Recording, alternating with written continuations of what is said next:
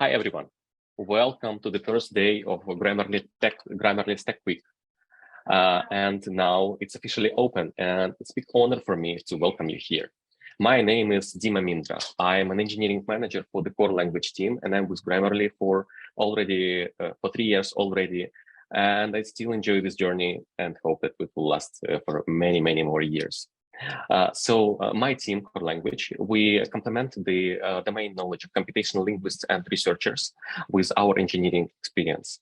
And in other words, we build tools for computational linguists and researchers. And we also run high-load NLP backends in production. So that's a bit about my team. I'm very pleased to welcome you at today's event, where my colleagues, Kate and Andrew, will be presenting. I remind you that Grammarly Tech Week is a series of events, and every day, starting from today, we'll have an online meetup hosted by Grammarly's Ukraine team and our amazing colleagues on various topics from product management and engineering.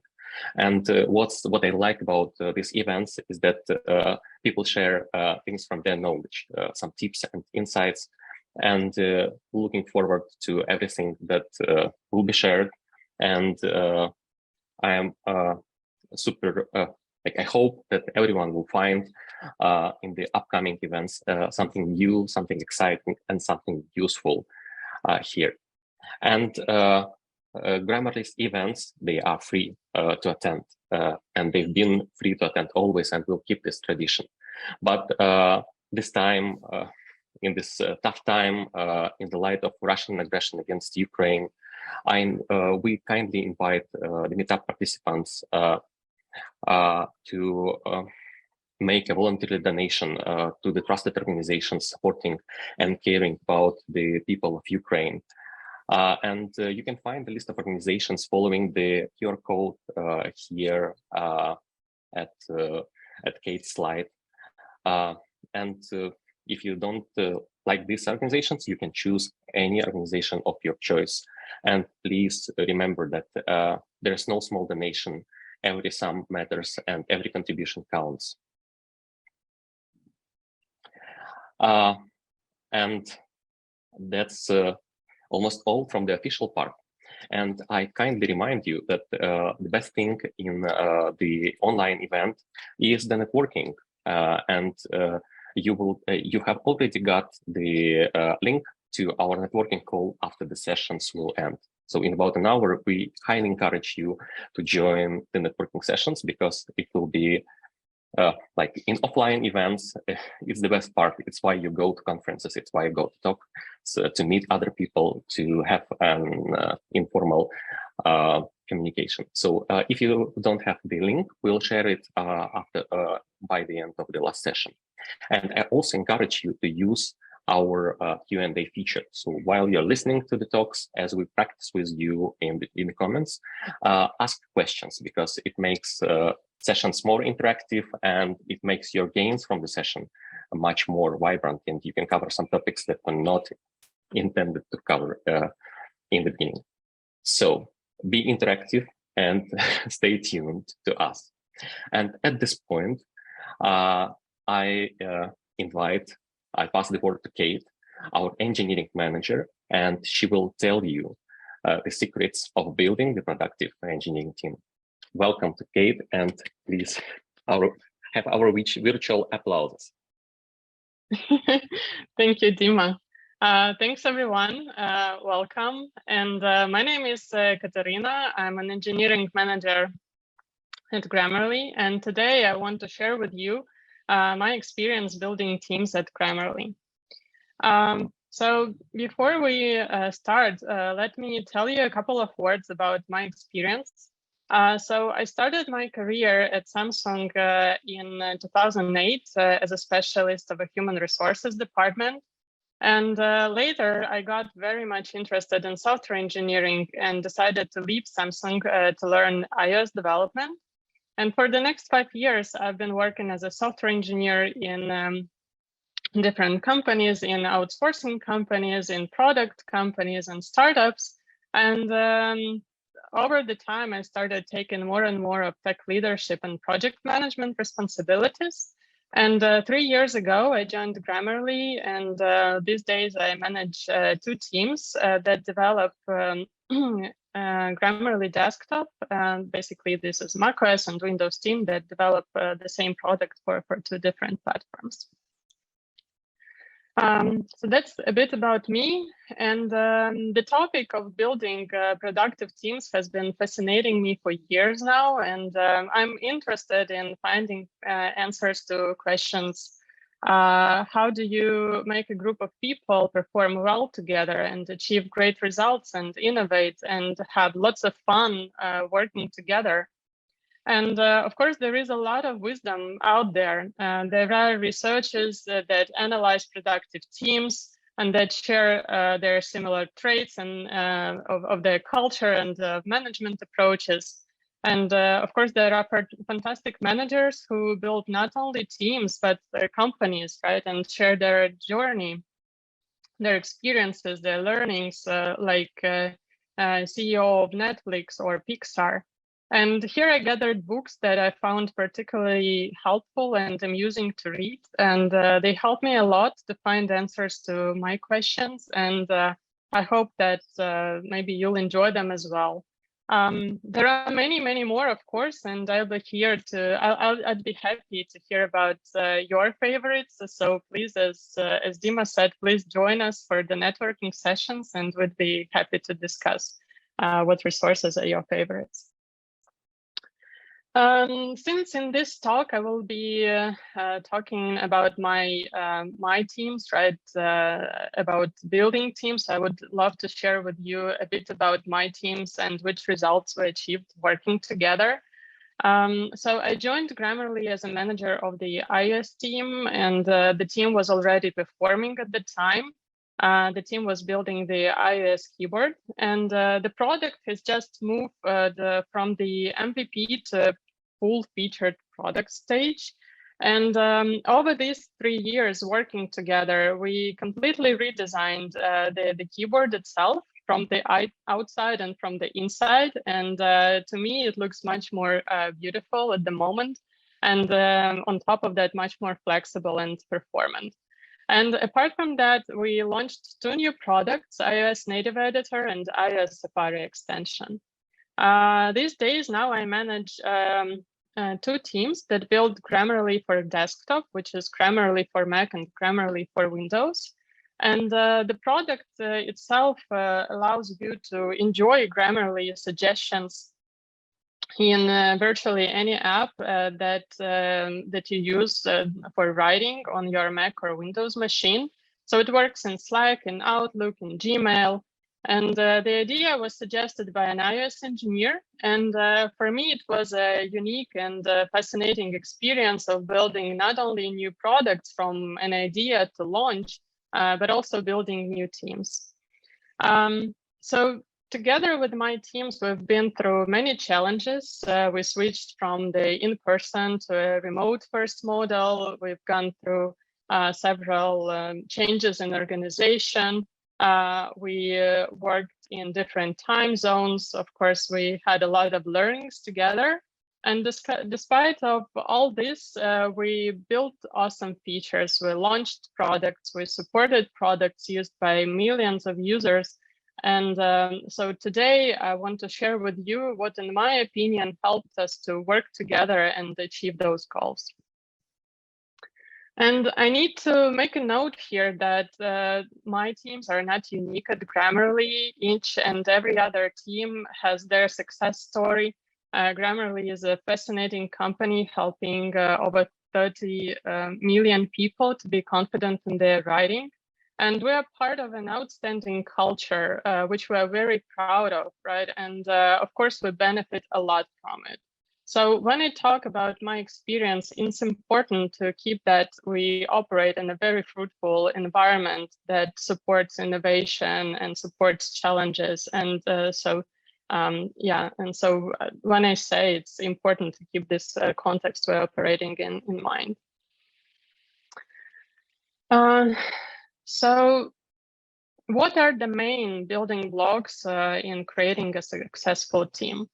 Well, from my experience, and I suggest us to focus on the following.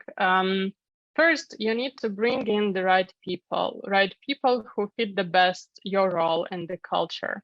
And secondly, you need to build an environment where these team members can thrive, right? When they feel motivated and engaged to innovate and achieve goals.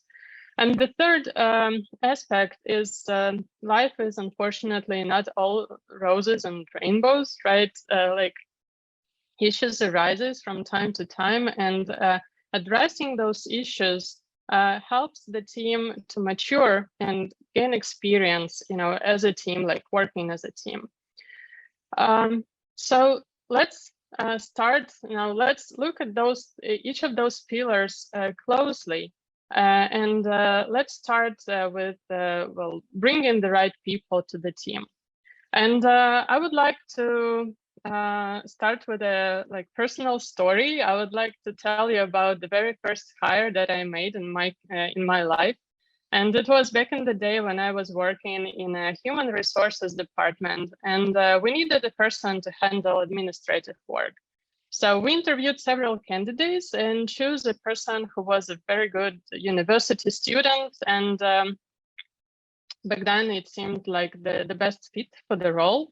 And but unfortunately, we quickly realized that this person was not really fitting. And what seemed to be on the surface a simple role, right, actually required implied a lot of responsibility and attention to detail. So, for example, a person in that role was supposed to create spreadsheets with employee information, right? And then that information was used for insurance information or for calculating taxes, all of that stuff. And so we eventually, and that person unfortunately made a lot of mistakes in those spreadsheets as well. And so we ended up double checking on them every time, which of course led to a lot of overhead. So unfortunately, my first hiring experience quickly led to my first dismissal experience. And I was very frustrated at the time and thought a lot about what did I do wrong at that time. So what could have helped me, right? What could I do really differently? And so first and foremost, I should have thought more about the roles and responsibilities, right, of which that role implied. What skills, what knowledge, what personality traits are essential to make a person successful in this position. And this process is actually very thought through at Grammarly, right? So before we start a search, we create a complete workbook, containing all the details about the role and performance in that role. And the hiring manager, together with the team, prepares detailed information about what the roles and responsibilities are. What are the challenges? What are the expectations from a person in that role, during the first week, during the first month, and so on? What are the categories? How do we evaluate the performance during the interview? Right. So this is all very important. Just figuring out what do you who are you looking for, right? Another thing that is important is to understand the culture, right, in which you are operating. At Grammarly, we share eager values. We talk about this on our website, and this is not something just words for us, right? So we do share some values, and it helps us cooperate together a lot. So we sort of speak the same language, and this helps us to find consensus quickly. And this is an approach that is cherished by many tech companies, and it does help us move quickly and achieve results quickly, right? So So the second pillar is understanding your company or your team values. And the third item is, of course, an interview is a two-way street, right?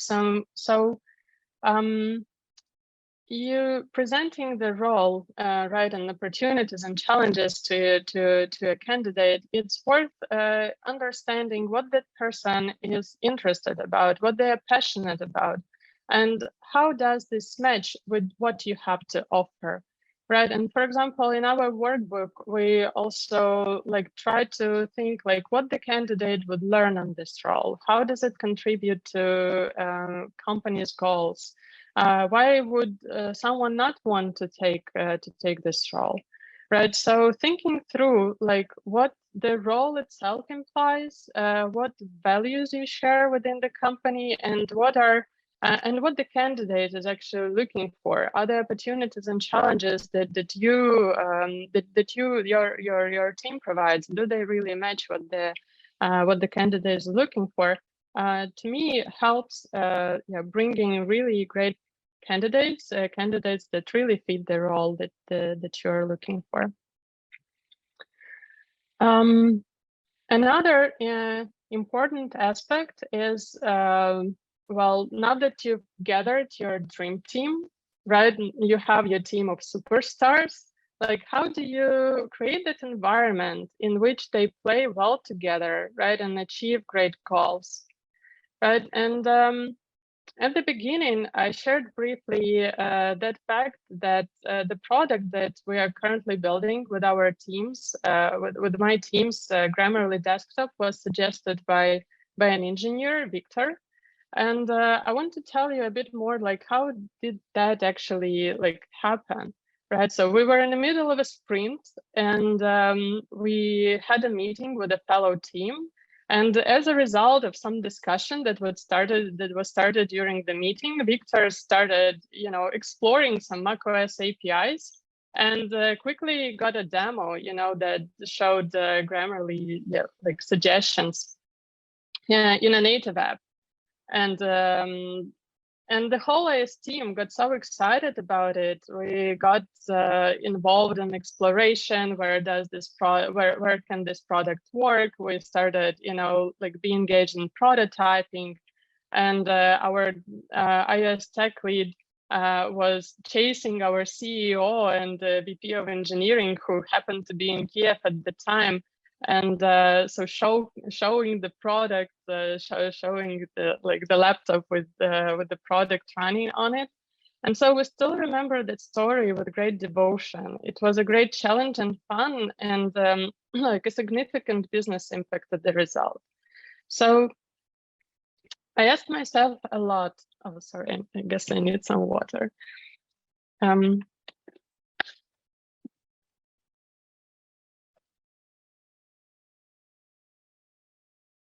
So yeah, I asked myself a lot at the time, what made this story possible in the first place, right? So what could make a team of people, join together to help each other, to selflessly work on a common goal and to solve challenges that have never been solved before, right? And so I came up with these three items, and the first one would be trust. So when you work together, it's essential to trust each other, right? So trust helps us be open, to ask questions, to share our thoughts, It encourages risk taking, and it encourages fast decisions, because, when you hear an idea, you understand that each person operates from, the best of his or her intentions. And building trust, of course, takes time, and it's not an easy process, and it requires people to be ethical in the first place, which is one of Grammarly values. And in my opinion, to build trust, you need to be honest, you need to honor your commitments, you need to admit when you've done wrong, you need to be helpful to your team members, and a role of a manager is really to be the first, right? To share that with your team and be open for trustful relationships. So it's not easy, but trust is the base for like teams communication and cooperation. The second important aspect is autonomy. It's a time when each team member can use their own judgment and basically make decisions independently. And Grammarly is the most autonomous environment I've ever worked in, actually.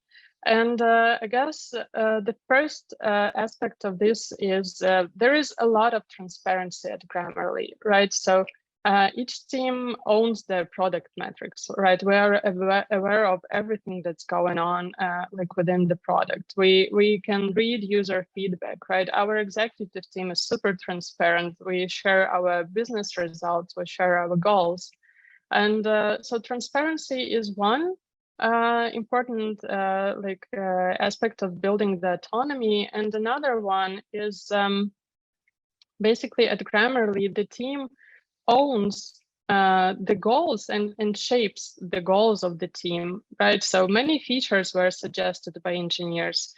We discuss our objectives as a team, right? So we bring objectives, both technical and product. So when you set a goal to yourself, right? So it really helps you, when you understand where you are going, it really helps you own that, right? And strive to achieve that. So it really helps innovation. It helps achieve, challenging goals because we are the people who set them in the first place. And so autonomy is another very important aspect. And the third is, of course, psychological safety. So Grammarly cherishes like a blameless culture, right? A culture of respect and understanding. We are not afraid to make mistakes. We welcome mistakes and learn from that, and so we benefit, from this a lot. So building trust within the team, when you trust, allow team members to make their own decision, to set the goals, and create this safety for mistakes and for being yourself as a human, right? So these are important aspects of building, the culture in which you can, each team member can really thrive.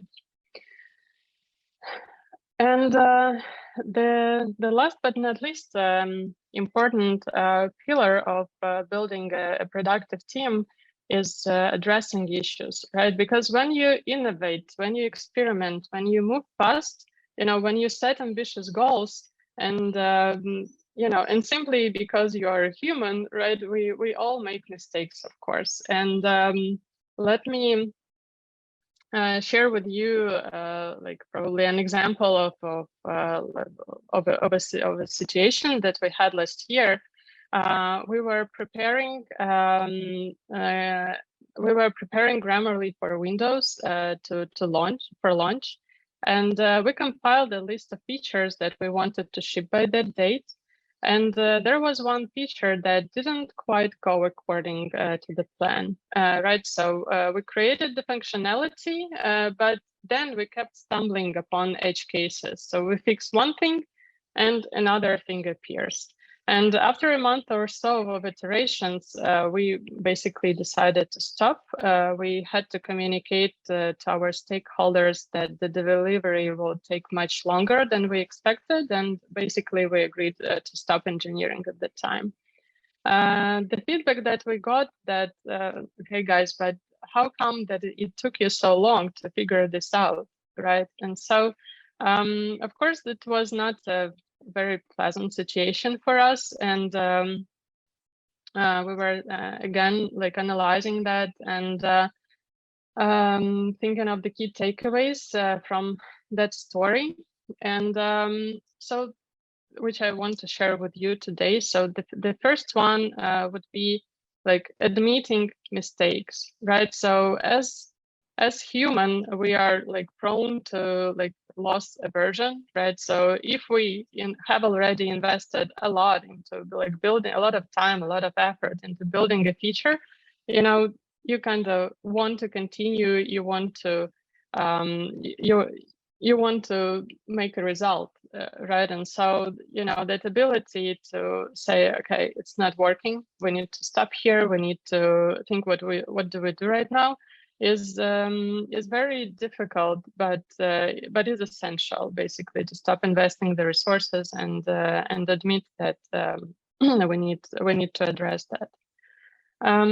The second important aspect in being able to deal with issues within the team is basically to learn to give each other feedback, right? And this is a very difficult topic, right? And I have here a quote from Kim Scott in her book Radical Candor. She talks a lot about this, and but this ability to be honest with each other, right, to surface those issues that appear in the team and still, you know, value the relationships that we have, right, to give that feedback in a compassionate way helps us to go through those rough moments, to welcome those rough moments, right, to understand that these rough moments are part of the game, and yeah, and keep the relationship within the team. Of course, helps you, you know, mature the team and handle each next situations much more gracefully. And the third important aspect is, of course, learning from mistakes. Mistakes are unavoidable, right? And as my managers say, it's okay to make mistakes. It's not okay to make the same mistake all over and over again.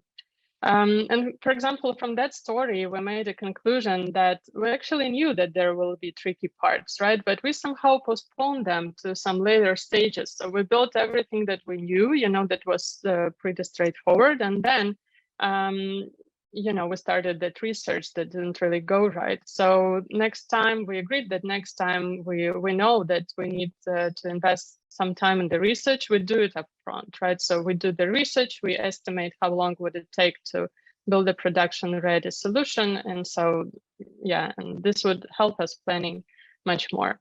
There are, of course, many different techniques. There is another powerful thing that we have not tried yet enough, but which sounds very promising to me, is actually thinking up front, right? What can go wrong, like with a product, with anything, and yeah, think of situations that think of actions that you can take already, you know, to avoid mistakes in the future.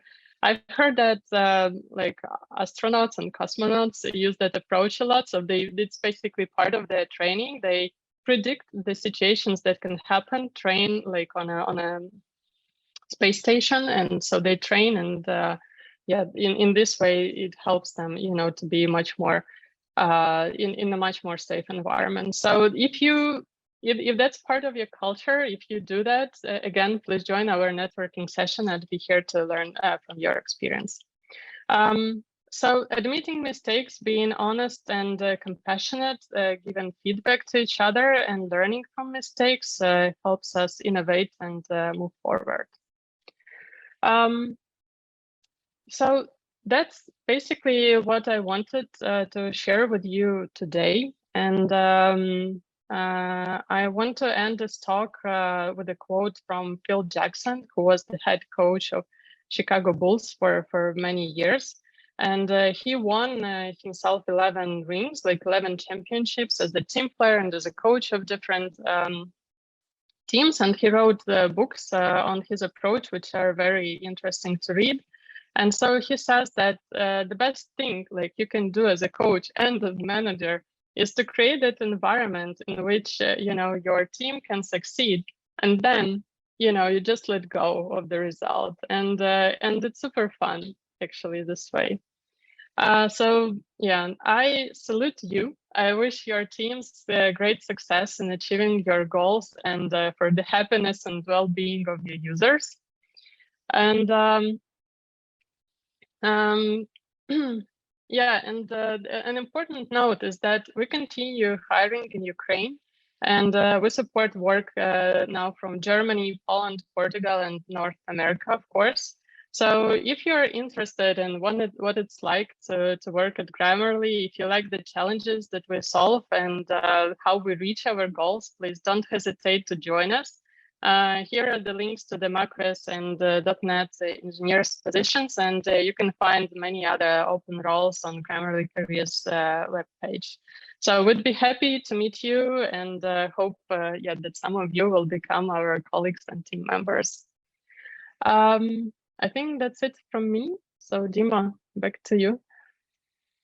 Yeah, let's have a Q&A session because our attendees, they've been typing their questions, and let's answer at least a couple of them before moving to Andrea. So there's a question from Svetlana on the importance of soft skills. How important are the soft skills for candidates in technical roles? What do you think, Kate? Well, of course, we at Grammarly, right? So we focused on bringing people who shared our eager values, right? Which I talked a bit about.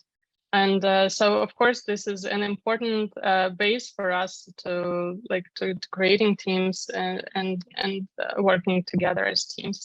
So again, what the important part of soft skills is building, the culture of within your team or within your company. So that's basically what we rely on. So technical part and the sharing of values that we have at Grammarly.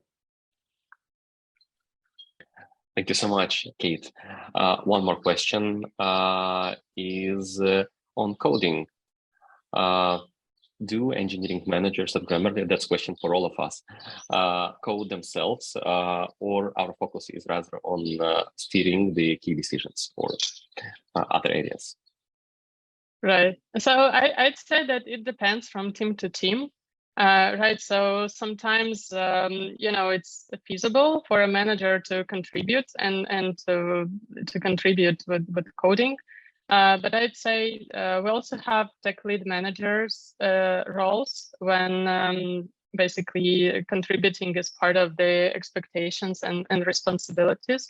But overall, engineering managers, I'd say, focus more on team performance, on developing people. So much less contribution. Like I personally did contribute a bit, but it was like very, very little at the beginning of my my journey at Grammarly. Then I was focusing more on the on the other parts of engineering management. So I can add that coding is definitely a skill that engineering managers at Grammarly possess, and we know a lot about engineering, but that's not the focus of the engineering manager's role. So coding itself or engineering contributions, but occasionally I think that we all can do this. At this point, I see lots of questions, and that's super good because we have a networking session in the end, at which we can dig deeper into these questions. But now we have to move to our next speaker. We'll have to move to Andrii. Yes, hi everyone. Andrii, we welcome you. A round of virtual applause. Thank you. Andrii is an engineering manager at Grammarly as well. And he will share with us his approach, the Grammarly's approach, and his experience in designing and moving to a server-side or server-driven UI. And that's super exciting topic. Microphone to you, Andrii. Thank you, Dima. Thank you, Kata. All right, thanks everyone. Great to meet you. As Dima mentioned, my name is Andrii, and I'm the engineering manager here at Grammarly. I work with the client foundation teams. Prior to that, I had quite a bit of experience in various roles, starting from an engineer and going into various managerial roles and running a bit of business. But currently I'm here doing what I love and doing that in the engineering. A few words about the client foundation. So as a client foundation, we're part of the interfaces, and as a client, we also call our client applications. So in my presentation, when you hear client, sometimes it means the client app. And as a client foundation, we're focused on engineering productivity. So we build like tools, libraries, frameworks, APIs that help other engineers within Grammarly be more productive and focus on what they think is more important. And we're taking over the tools, the infrastructure, test infrastructure, APIs, and similar things.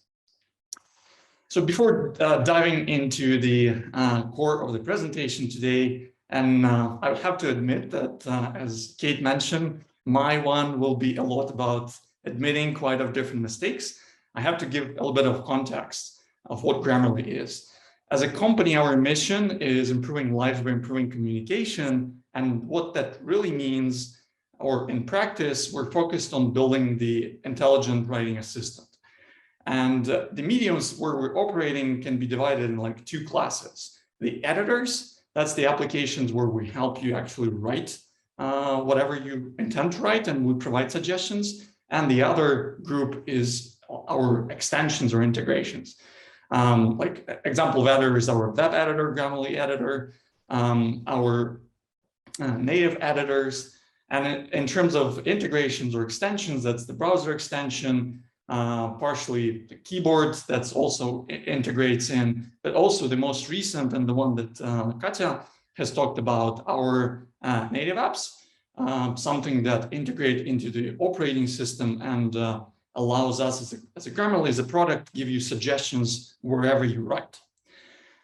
So that's the product perspective. But if you think about it from the engineering perspective, what this means is, in fact, it's like 5 different technical platforms like web, Windows, macOS, iOS, Android, actually even more physical apps, the binaries that are shipped to various platforms.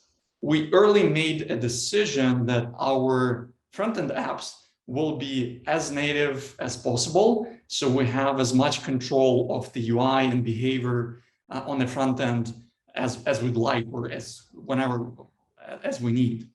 And that imposes its cost, and it makes it things pretty interesting and exciting journey from the engineering perspective. And the other aspect at the scale of Grammarly where we are, there are like dozens of teams who are willing to contribute code to these applications. So initially we started where there was a separate dedicated team writing code for each specific product that I mentioned here. But right now there's like much more teams that are bringing their features onto this products that became essentially platforms. And transforming products into platforms is another interesting challenge over here. So like to summarize that, like while Grammarly was growing, we faced the following interesting situations with those products. First, we noticed that our what I call the time to final interface, which means you start building a feature, you ship it on one interface, and then you have to slowly build it out on each other interface app. That takes time. And we had extremes that it almost took up to a year for a single feature to get to the latest interface, which was pretty unpleasant and way below our standards. Wanted to improve. The other thing is, I mentioned that we have these categories of like products, like editors and extensions, and certain like quite a lot of different features are similar between these apps. So essentially, to build one feature across different apps, we had to write kind of the same code, but in different languages, which means duplication, but in a way that it's harder to extract because it's its own technical stack. And the other thing is also related to the speed as a growing number of dependencies. What I mean is, like I mentioned that initially we started as functional teams. We're one team, one product, owning that one, which meant that as an idea of the owner, as a product manager, or whoever proposes the idea, if I want to build a feature at a certain point of time to ship it across this teams, I either need to possess all the skills of this technical stacks, which is pretty significant, or I have to go to each respective team and ask them, can you please build it? And that leads to the first one, a longer time. So we wanted to avoid that as well. So our answer to this was early enough, kind of, okay, what's common there? Is there a common point where we can maybe get all the things or extract some of the logic? And we thought, well, yeah, there is server, there's lots there. So let's actually grab as much as we can from the front end, put it on the back end, and voila. Seemed like a good way forward. I have to say, this is not a new idea. There are many companies in the industry who have implemented similar frameworks or experimented with them for different purposes. All of them have their own unique niche or need that they've tried to solve with this. But in our case, we decided, well, all of those did. In our case, it seems reasonable to go a similar route. Let's do it. So we started moving it. Few words about like what actually that means. The server-driven, but kind of what's the journey loop for us. So the three things, at least the biggest things I think we had to reason through. First one is to design the language that would help us essentially describe the interface, but then let the client applications to render the UI based on this language. So instead of building a specific code, we say we would have the abstraction, the good enough abstraction that will be sent from the backend, and then will be just rendered on the front end. You might say, well, it does sound very similar to what browsers do, and indeed it is, but it's also different in terms of the complexity and flexibility, and I'll explain it later as well. The other thing is, okay, we have this nice language, nice markup, which we call it domain-specific language for this case, but building it is not everything. If we compare it to any UI framework, whether it's the .NET WPF, or it's the Swift UI, or it's like HTML, JavaScript ecosystem, it's an ecosystem. There are tools, there are frameworks, there's community, and it's important to have at least a powerful tool set for engineers to be productive. So it's also meant that for us, it was important to build that tool set, that foundation for our engineers so they can be productive within Grammarly and not just design something that you don't know how to use. And the last but not least is how to adopt it in a product that already exists. I know probably many of you are familiar with adopting some, or replacing some parts of the product or technical product with some new framework. And that's kind of a similar problem. If we're building this new shiny thing, kind of how do we migrate on it? We have tons of features already built the older way, and we want to move for a new way. So how do we do that? So that's type of challenges that we're facing while we looking at the idea of a server-driven UI. Very quickly, because the most part of my presentation is not about the technicalities, I actually encourage you, if you want to go slightly deeper into what are the different options of server-driven UI, there was a fantastic talk by Nick Sorrentino, who's our director of engineering, about a year ago, which should be somewhere on our YouTube, where he described like all the different options and abstraction levels that can exist within the SDUI and were in his experience in prior companies. In our case, because it's a functioning system, I'll partially cover how it functions, and we'll dive into the actual challenges and lessons learned. So the simplest scenario that here on the screen is basically illustrates that the case where we already have a set of well-designed abstractions, and when you come in as an engineer and you want to build something within this UI framework, basically the only thing you need to do is you just need to compose the existing elements into the UI you want. And you commit that to the repository, you hit the magic build command, it publishes the binary goes to our backend in a semi-automatic way, and voila, it starts sending to the front end. Well, it's a simplified version of what happens, but it's with some elements are simplified, but it's what we're going for, and many of these elements are there already. The more realistic case, or let's say slightly more frequent, is, well, because you don't have an HTML, I probably want to add some fancy component to your UI, and I can't express with the primitives you have there. So how do I add there? And it has slightly more steps where you have to add it to our schema, which defines the schema for a language, and it's a basis for automation going forward. But also you have to add a little bit of code for each specific platform, how that element will be rendered.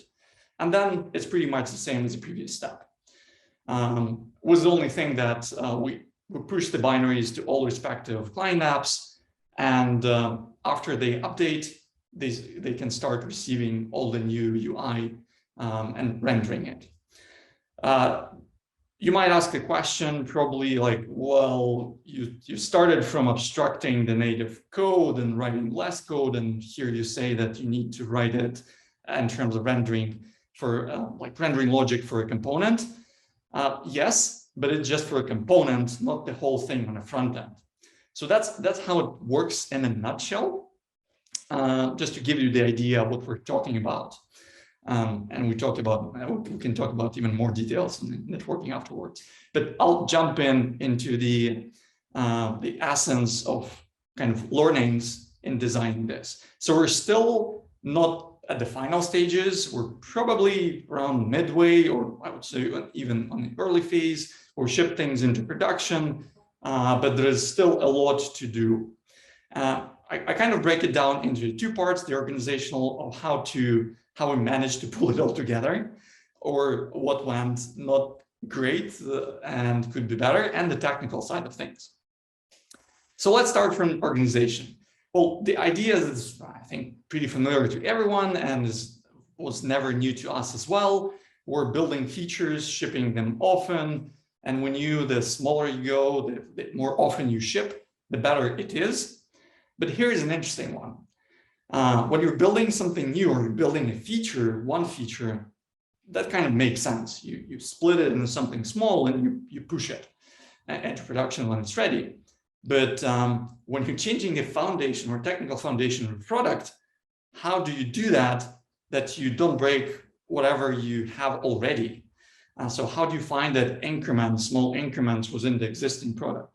We had to go up to the extreme, gladly having a great product team where we strategize, figure out experiments where we could essentially run experiments with very small subsets of features where it's not destructive for our users. So we're not decreasing the value to our users, but we can still run the experiment with less features than the kind of our existing product provided.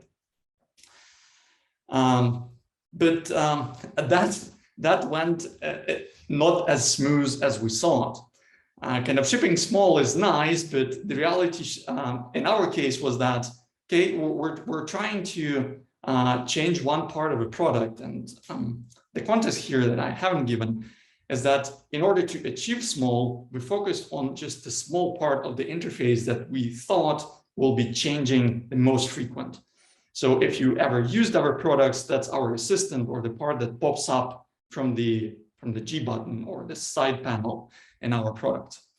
So that's the most frequently, that's what we started from.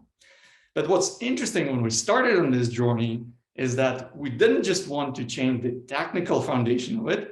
We also wanted to update the UI slightly so it's consistent all across, and slightly meant quite significant. And then we thought, well, there is different UX patterns that we want to have similar. So we had to kind of build that one as well, which means we coupled the three things together. And in our case, it played a little of a dark joke because as soon as we coupled it, it made it really hard to ship it small. So that was our learning in terms of getting, in this cases, of trying in the future, trying to decouple as much as possible. But we're trying to push fast to push forward, and that seemed like a good idea. Gladly, again, because like one of the reasons how we managed to get out of this situation is setting up the experiments in a way that we can, again, the segment, the functionality that we can ship to production. So even despite coupled all of that, we still were able to experiment. But because we coupled of it, it means that someone else who were trying to build anything or the features in the UI and UX part, they had their own priorities. So we had priorities in the technical aspect, but other teams wanted to like push some of the client-facing, user-facing features from the UI UX perspective. So that reshuffled priorities quite a bit, and just put the additional pressure on the team. But it also meant, well, not the man, but it also meant a situation where, apart from migrating what we had a lot of teams that are still want to push new features. They want to build new features, and ideally we don't want to stop them. We want to let them ship. And when we coupled all of that, that's meant they had to choose either they're building and running experiments in the old thing and then kind of rebuilding, which feels like a waste, or they're waiting for a new thing to come and then building within the new thing. Most of our teams who were feature teams who were pushing for these features decided for the second option, which meant in the case of the teams focused on the server-driven UI that they had to commit to a certain timeline, as we can't just drag or design things as long as we can, because now people are waiting. So that's how this coupling kind of made a blowback essentially to us. So that wasn't great. We had to kind of plan for a specific date, which probably is not a bad thing, but a good date and good stimulus. But it also meant, because we're designing highly new, some abstract things, we didn't have it in Grammarly before. We didn't go through that before. So that means that we don't know all the challenges that will pop up. And having a deadline and having a things that you can't clearly scope out means, well, it's hard to commit to any timelines. So we have to plan it out quite a bit, and that added to a stress of team. And luckily, due to the bit of grit for people just pushing through, adding more engineers, we're able to get through that. But it's still one of the lessons learned, like how that coupling leads to potentially unnecessary or stress that could be avoided. And another perspective, you might say, well, that sounds terrible. But the other positive thing is coupling to the features pushed us to think about what we really need instead of designing some abstract thing in a vacuum and hoping that it would match to what we think will come. Instead, we'll basically moving the two things in parallel. So that's how the organization side of things looked like in our case. And while being quite a bit stressful sometimes, we're still at the point, we're already at a point where we ship this part at the one of our apps. It's shipping at the two others, like literally as we speak. So there's lots going on, and it's going on pretty good so far. But let's look at the technical side of things. So that was kind of in between the teams and how they coordinate and prioritize.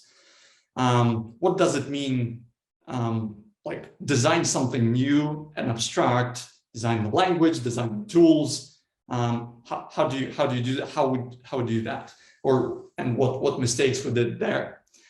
One of those was kind of when we first sat together, we thought, well, Grammarly been running like evolving protocols and like evolving apps for quite a number of years. Some of them being like 4 years plus in a production. So there is some baggage historical baggage of different things. And as we're touching the UI and we're touching the protocol level, why don't we redesign? And because we're talking of moving things to server, let's try to move like as much as possible to server. Why not? That sounds like a great idea. The more we move to server, the more flexibility we have, because we can make the changes whenever we want. We don't have the platform lock for release cycles, like let's say in the iOS store or Chrome store, or you need to wait for review. Instead, you can ship to production on a continuous model, which is nice when you need to fix something, don't you think, right? But the thing here is when you move too much, it's just too much to do. And the thing that happened to us is that midway we realized, yeah, we're actually trying to push far too much.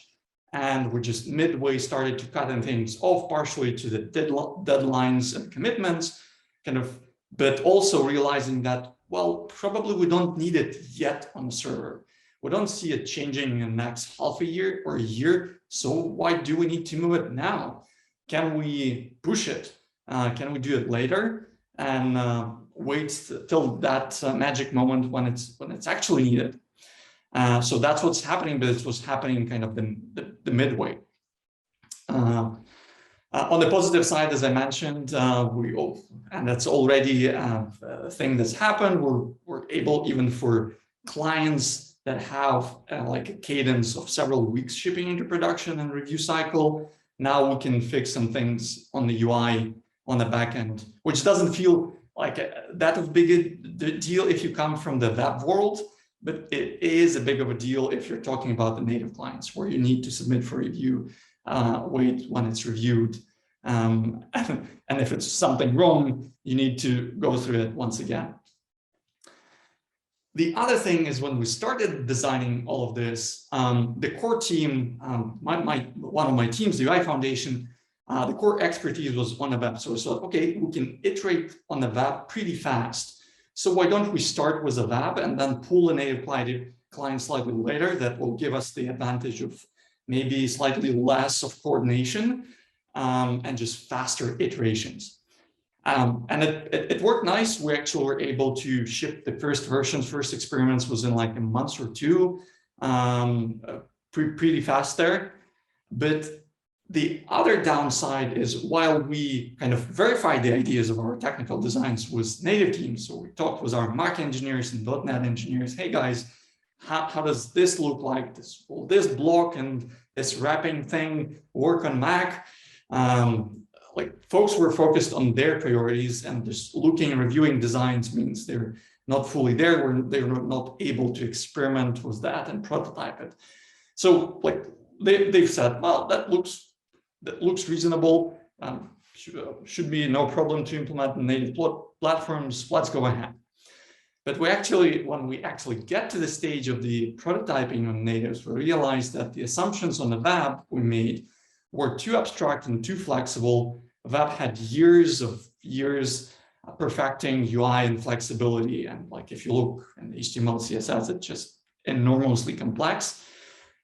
We knew that, so we didn't go that crazy, but still that wasn't enough in terms of our planning. So we had to downscale certain complexities from the abstractions we introduced into this server-driven UI language. And essentially the learning is, well, kind of obvious. Start from the most restrictive, but it only comes obvious when you start to prototype and see what the specific restrictions you face there. The earlier you can do, the better. But that was our learning along the way as well. And the other interesting things happening with us here was the granularity. So when I've showed you this diagram and how to contribute different things, essentially what does the server-driven UI language means?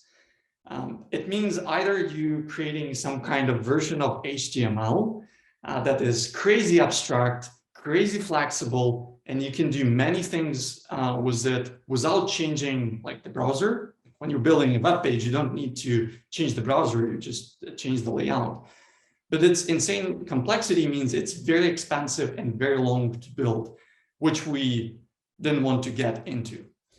Instead, the opposite spectrum was to start with something that completely very high level, large blocks, and like having, okay, that's the widget, that's the card, that's the head, that's the title, and that's it, and leave the rest of the logic to the front end.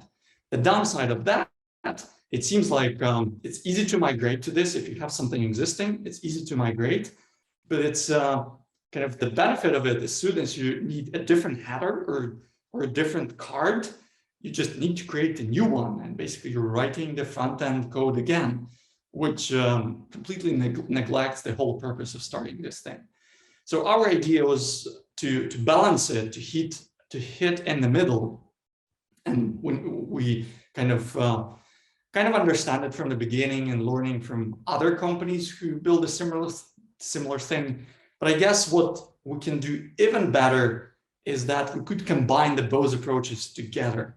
So we went for something in the middle, but still quite flexible, which means we needed this ramp up cycle where we need to build a number of abstractions and update our clients to support those. And it takes time. And was what the things that I've explained about the planning, it makes things slightly complicated. Whereas we could combine the things and first move items with this simpler approach with bigger blocks, where you can just introduce these bigger blocks and easier to migrate to them, the existing product, while giving the more flexible blocks for new features to build. Well, it sounds kind of easy or trivial, but in like building this more abstract thing still takes the time. So like, for us right now as a learning, if we were to select this kind of combined approach, that would save us time and unblock the dependencies, so that teams won't be waiting for us to migrate some of the interfaces, but it could save us time and maybe save some stress there. But still, the journey continues, and we're going in this granularity in the middle. We're already migrated quite a bit of stuff, but there is still quite a bit that's left. I know that I missed, I haven't described too much of the details, but it's a story about the balance. You can't hit both things together. You're probably, we and you are trying to hit something in the middle, and like the extremes are probably never good. So finding something in between, or maybe combining the two. So that's the story of the server-driven UI at Grammarly at this point. Thanks, everyone. And the story is not ended. There's way more challenges that's left ahead. So I encourage you to apply. We do have .NET, positions, Swift, Web, TypeScript, and a backend. Both in the project that I've described and other teams across Grammarly. So please do reach out either directly through the careers page, or you can reach out through my LinkedIn, write me directly, or to the, and we'll talk how to manage that. That's the best, but we need great people. There are lots of fun things to build together. We just need more talented engineers here. Thanks, everyone. Dima? Thanks, Andrii, for your insightful talk. And now we have a bit of questions waiting for you. One is, have you thought about using Flutter for cross-platform development? We do. So those sorts were circulating, and we actually evaluated quite a number of different solutions. Like we even looked into the aspects of like using the web fully for all the clients. That was rejected. The Flutter was not our main opinion, and we're quite already in the journey of building native interfaces. So while I probably won't cover all the reasons, and there's like a design document internally why we decided to go not to go the other route than just keeping it native for now. Yeah, Flutter at that point didn't seem like a good opinion to us. I'm happy to discuss that in more details, but I guess for the sake of time, we'll just stop here. Yeah, thank you so much. And I remind you that after the questions section, we'll go to informal networking call where you can ask more questions. And we have also Andrii and Kate now for both of you. We have lots of questions on the engineering manager's role, what it is to be an engineering manager at Grammarly, how do we measure engineering manager success, what do we do, like how our days look like. And as we are from 3 different teams, that would be like interesting to compare our like impressions or our understanding. So who's ready to start? Okay, do you want to take off? Okay, so the role of the engineering manager is basically to drive impact right through like a group of people, right? So a lot of like our responsibility is to build a team, right? To hire the right people. It takes a large portion of our daily the daily routine, right? Then another aspect is again like building that like culture, right? And building that environment in which people can operate. Can operate and can basically use their talents, their skills and knowledge to perform and achieve results. And another aspect is prioritization, right? So a lot of alignment between the teams within the team, like what the team should focus on at this very time. Yeah, so I'd say that these are the main like goals, and this is what the role of an engineering manager is about. It's basically building team, empowering the team, right, and aligning like with other teams and making sure that the team goes in the right direction, aligned with the company goals, and and then blocking the teams to achieve the goals. So Andrew, do you want to add anything there? Yeah, I would just add that, and on top of that, the technical part still remains quite important. So we do participate or lead many technical discussions and drive the design decisions when it's needed.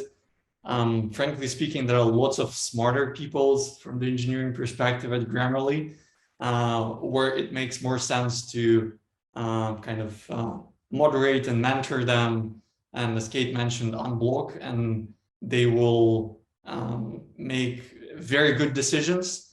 And it's probably a matter of like setting the right priorities, setting the right goals, and making sure that people like clearly understand that and helping them move forward. But driving that technical part is still a big part of our roles. Yeah, thank you, Kate and Andrew. I would like to add a quote from my friend. I asked him something about management. I don't remember what exactly. And he said that as a manager, if I see a problem, I build a process to solve it, not just solve it ad hoc, but I build a process and make sure that it exists in my team that helps us to avoid similar problems in future. That's probably what we do. We build processes for our teams. We study the processes in the company, like how people grow, and we have to enable the growth of our team members, because it's not enough to hire like great people. We have to make sure that they are set up for success and that they are on the right projects that enable their skills, and that like the work is fun for them and they're growing like professionally and making impact. So there's lots of things that engineering manager has to do, but we're focused on people. We're focused on processes, and to make sure that we don't have anything that's not needed, so that we are lean on processes and that we are lean on bureaucracy, that we don't have some unneeded meetings, that people can be in the flow. Yep. Maybe that's my part of the answer. And do you want to add something? No, I guess you summed it up greatly.